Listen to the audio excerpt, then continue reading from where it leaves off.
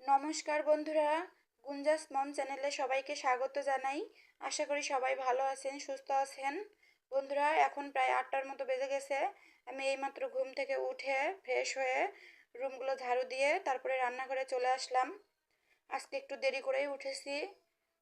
রাতে ভাত ছিল, তো পান্তা ভাত, সেটা খেয়েই মামনির বাবা অফিসে যাবে। আর কারেন্টের যে ডিস্টার্ব দিচ্ছে, রাতে তো সেরকম ঘুম হচ্ছে না। চার্জার ফ্যানে কি আর সেরকম ঘুম হয়?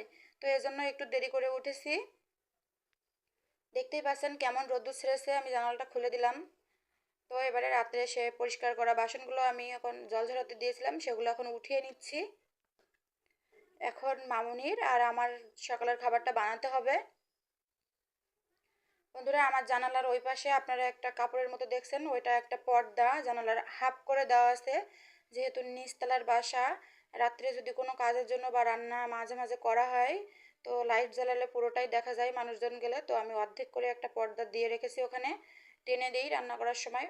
অবশ্য পর্দা দিয়ে রান্না করা তো ঠিক না, বা চুলা জ্বালানোটাও ঠিক না। হাওয়া বাতাস আসার দরকার আছে, যেহেতু সিলিন্ডার গ্যাস। কিন্তু কিছু করার নেই। তো এজন্যই দিয়ে রেখেছি আর কি। তো সকালে আমি বানাবো পরাটা আর দুধ চা, এজন্য রুটিগুলো বেলে নিয়েছি। চুলা অন করে একটা তাওয়া বসিয়ে দিয়েছি। তাওয়াটা একটু গরম হতে থাকুক। এই যে আমি রুটি দিয়ে দিলাম।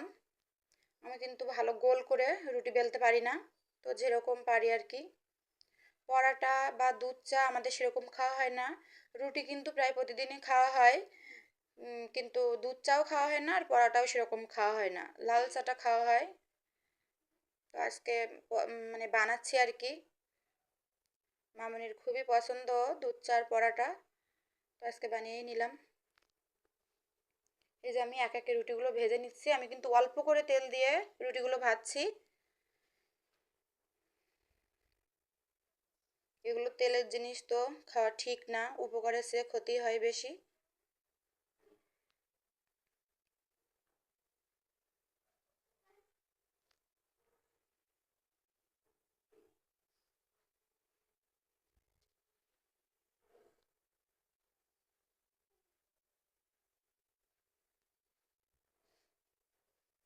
তো আমি তো এদিকে রুটি বানাচ্ছি, মামুনের বাবা কিন্তু অফিসে চলে গেছে পান্তা ভাত খেয়ে। পান্তা ভাত ও খেতে চায় না, ও আজকেই খাচ্ছে আর কি। তো এই যে দুধ চার জন্য আমি চুলা অন করে এই যে দুধ বসিয়ে দিয়েছি পাতিলে করে। দুধটা কিন্তু ফুটে উঠেছে। এবার আমি চা দিয়ে দিব। একটু হালকা করে লবণ দিয়ে দিছিলাম। মাঝে মধ্যে দুই একটা এলাচ ফাটিয়ে দিই, আজকে আর কিছুই দিলাম না, হালকা একটু লবণ দিয়েছি। তো আমার দুধ চাটা কালারটা কেমন এসেছে দেখতেই পাচ্ছেন। এবার নামিয়ে নিলাম। এই যে দুজনের জন্য রেডি করে নিলাম পরাটা আর দুধ চা। এবার এটা এখন খেয়ে নিব। তো খাওয়ার পরে এই যে চায়ের কাপগুলো, পাতিলটা, প্লেটটা ধুয়ে নিলাম। এখন এই যে জল ঝরাতে দিয়েছি গামলায় করে। এবারে সোজা চলে যাব রুম গুছানোর কাজে। তো বন্ধুরা, সকালে ব্রেকফাস্ট করার পর 10 মিনিটের মতো রেস্ট নিয়ে প্রতিদিনের মতো ঘর গুছাচ্ছিলাম, পরিষ্কার করতেছিলাম। যেহেতু আজকে একটা মানে আগের বেডশিটটা উঠিয়ে আরেকটা পরিষ্কার বেডশিট বিছিয়ে দিব। তো ওটা পরে করতে চাইছিলাম, যে ধুলামালা পড়তে পারে, সবগুলো পরিষ্কার করে তারপরে ওটা বিছিয়ে দিব আর কি। কিন্তু এত গরম লেগে গেছিলো, তাই আর খাটের মানে হাত দিইনি বেডে। অন্য সব কিছু পরিষ্কার করে ফ্লোরটা মুছে আমি স্নান করতে গেছিলাম। আর স্নান করে এসে বসলাম, এখন করব।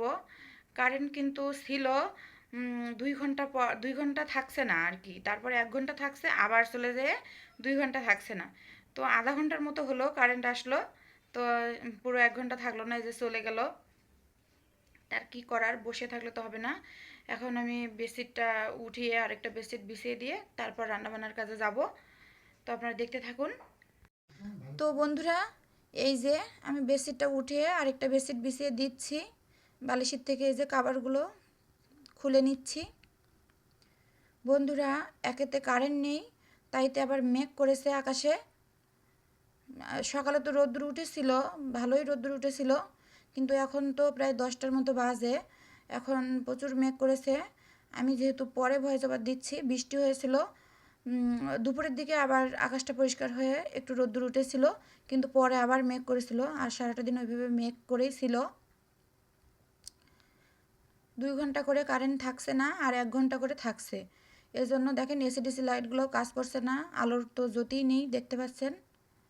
2 ঘন্টা না থাকলে আর 1 ঘন্টা যদি থাকে তাহলে ভালোভাবে চার্জই বা কী করে হবে। তো এই যে আমি আরেকটা বেডশিট বিছাই দিয়েছি, এবারে বালিশের ভিতরে কভারগুলো ঢুকিয়ে নিচ্ছি। তো এগুলো করে তারপরে আমি রান্না করতে যাব। আপনাদের একটু পরে আকাশটা, বাইরের অবস্থাটা দেখিয়ে দিব।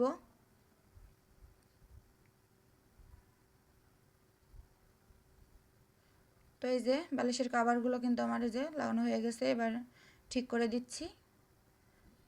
এই যে পুরো রুমটাই দেখিয়ে দিলাম, এই তো। আর এই যে বাইরের আকাশটা দেখুন মেঘ করে। তো বন্ধুরা, এই যে রান্নাঘরে চলে আসলাম।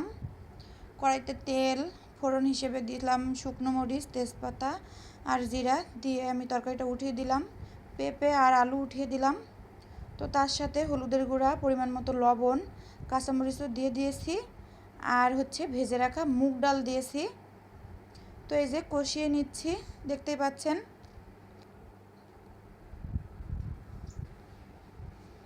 এবারে ঢাকনা দিয়ে দিব। তো বন্ধুরা, আজ বুধবার, ভিডিওটি কিন্তু আমার আজকের করা, দুপুর পর্যন্ত। অন্য সময় তো আগের দিন করা থাকে, পরের দিন আপলোড করা হয়, কিন্তু আজ দিনেরটা দিনেই আপলোড করব। সন্ধ্যার পরেই তো 8টার দিকে আপলোড করব, তো এজন্য বললাম। তো এই যে আমি আরেকটু কষিয়ে নিচ্ছি, নেড়ে চেড়ে নিচ্ছি, দেখতে পাচ্ছেন। আর এটা শুধু দুপুরের জন্য। আর দুপুরে খাওয়ার সময় কিন্তু বেগুন ভেজে নিয়েছিলাম। রাতে তো আমরা রুটি খাই, মাঝে মধ্যে ভাত খাই, তো রুটির জন্য বিকালে একটা তরকারি করে নিব, আর রাত্রে রুটি করব। তো সেগুলো তো ভিডিওতে থাকছে না, শুধু দুপুর পর্যন্তই থাকবে। তো এই যে জল দিয়ে দিলাম, এবারে ঢাকনা দিয়ে দিব।